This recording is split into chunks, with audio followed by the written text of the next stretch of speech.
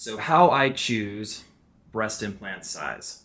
My name is Brent Robinson. I'm a board certified plastic surgeon, and patients frequently come in for breast augmentation, and during consultation, one of the most important things is figuring out the implant size. And number one, we always look for kind of what the patient's goals are, how much breast tissue they're starting with, and what their kind of expected cup size increase might be from where they're starting. Now, with implant selection, I'm a big proponent of going through and trying on sizers. Sizers replicate what the implant size will be after breast augmentation, and I think it still, for me, is the gold standard. We have some other options, such as something called Crisalix, which is a program where we can actually take photos, and the computer program and the AI software can actually replicate what that breast implant might look like based upon where you're starting. But for me, I think the sizing process using breast sizers is still the most important gold standard for picking implant size. Now, once we've come up with a size, patients try on sizers, and most commonly they might say, I really like the size 300 to 350 cc's.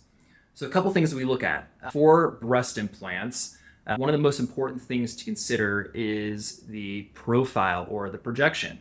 So we have two similarly sized breast implants, and one of them is a low profile and the other one is a high profile. And you can see how the high profile is taller implant and it projects more.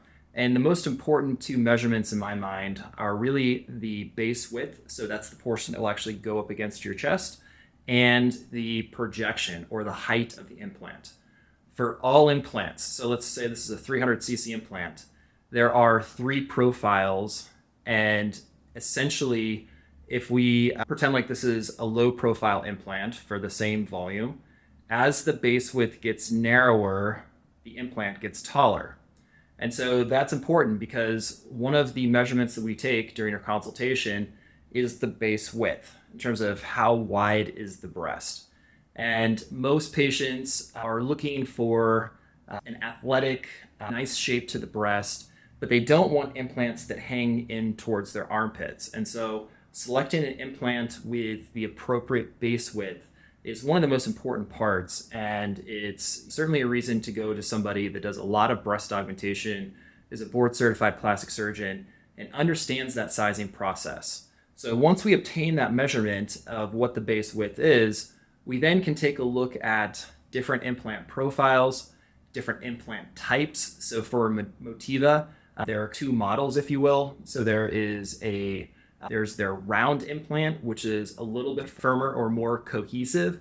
And then they also have an Ergonomix implant, which is very soft. It forms this kind of teardrop shape and moves a little bit more like a natural breast. And the way I typically divide it up for my patients is if patients come in and they say, I'm okay with a little bit more of an augmented look, a little bit more upper pole fullness, then typically we go with the round implant.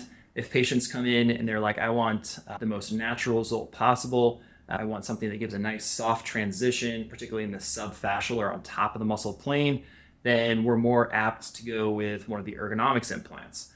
But they're both great implant options. I don't think one is necessarily better than the other. It really just depends upon what patients' goals are. So the most important thing is go see a board certified plastic surgeon that does a lot of breast augmentation, understands the sizing process.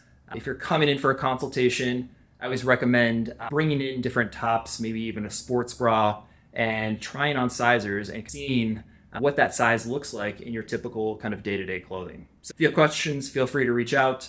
You can always send me a message or come in for a consultation. We can go through the sizing process.